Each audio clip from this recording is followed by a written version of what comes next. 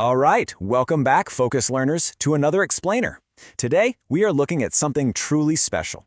We're breaking down this incredibly heartwarming story about a golden retriever puppy named Max and his owner, Sarah. But, this isn't just a story about a cute dog. Hidden right inside this narrative is an absolute masterclass on the mechanics of habit formation, consistency, and building trust. And honestly, it applies just as much to us as it does to our pets. Okay, let's dive into this. So what is the secret to a perfectly trained dog? We've all seen them, right? Those incredibly focused, disciplined animals that literally seem to read their owner's mind. Well, in our story, Sarah has had Max for just 2 weeks, and through a ton of love and patience, this playful little puppy has already totally mastered the sit command. But now Sarah faces a much bigger challenge. She wants to teach him stay. And teaching stay to an energetic 2-week-old puppy? Yeah, that requires an entirely new level of trust and focus. So how exactly do you get there? I mean, when we see a dog executing a perfect stay in a completely chaotic environment, we almost think it's a magic trick. But in reality, it's all about building a solid foundation. And this brilliantly illustrates our core theme here today: magic versus the architecture of patience. We're going to look chronologically at exactly how Sarah built this invisible architecture of trust with Max, literally starting from day one. It's basically a blueprint for anyone trying to build a lasting habit completely out of thin air. Moving right into section 1, the challenge of stay, focusing on trust and focus. So picture this setting. It's a bright Saturday morning. Sarah takes Max out into the backyard. The grass is fresh with dew, birds are singing up in the trees, and Max is just happy, wagging his tail. He's a total blank slate. Sarah asks him, "Ready to learn something new, buddy?" He barks excitedly. The whole environment is positive, calm, and perfectly set up for learning. Now, what's really interesting about this slide is how Sarah breaks down her communication into super specific, actionable steps. She doesn't just yell a command at him, she orchestrates a sequence. Step 1, she asks him to sit, which he already knows, and rewards him with a small treat and a gentle scratch. Step 2, she holds her hand up, palm facing Max. Step 3, she introduces the new verbal cue, saying stay. And step 4, she takes just a single step backward. Max actually tilts his head in confusion at first. He's trying to figure out the puzzle of these 4 distinct steps. But that's the secret. Big goals, whether for a puppy or a person, always start with these hyper-specific micro-movements. Section 2 covers failing safely and calmly during those first attempts. Because when Sarah takes that first step back, Max remains perfectly still for just a fleeting moment.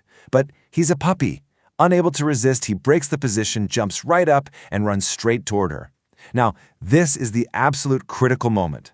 How does the teacher react to failure? Well, Sarah doesn't yell. She doesn't scold him. She just laughs softly, says, "No worries, Max, let's try again," and calmly guides him right back into the starting position. She makes the learning environment entirely safe to fail in. On the very next attempt, Sarah runs through the exact same sequence: sit, hand up, stay, steps back, and the result?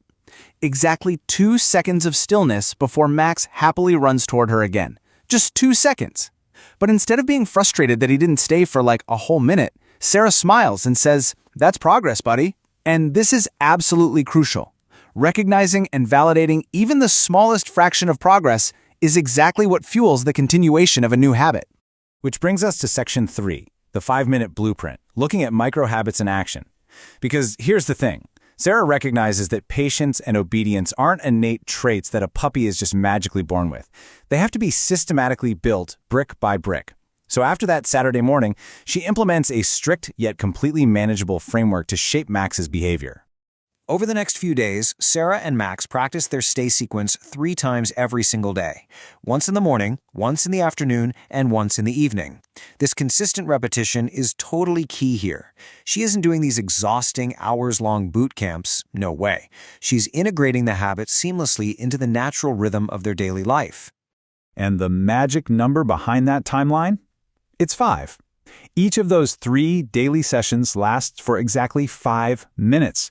That's the whole shebang, just 5 minutes of calm, patient effort per session. By keeping the sessions remarkably short, Sarah ensures that neither she nor Max gets frustrated or burned out. Little by little, through these tiny 5-minute micro-investments, Max starts putting the pieces together. And you can see the progress become totally tangible. One afternoon, Sarah gives the stay command and steps backward. But this time it's 1 step, then 2 steps, then 3 steps, and Max remains entirely still. Sarah's eyes just widen with excitement. She immediately walks back to him, praises him with a huge "good boy, Max," and rewards him with his absolute favorite treat. Max wags his tail proudly. He's finally beginning to understand the transaction. Stillness equals reward and affection. All right, Section 4, escalating the distractions to test the bond.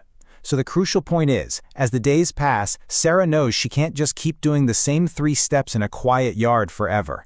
Progress means she has to slowly increase the challenge to build a stronger, much more resilient habit for Max. So, notice how she pushes the physical boundaries of the command here. Sarah starts walking all the way to the garden gate. Then she starts breaking eye contact, turning her back to him briefly, which, by the way, requires immense trust from a dog. Then she begins standing several feet away for longer durations.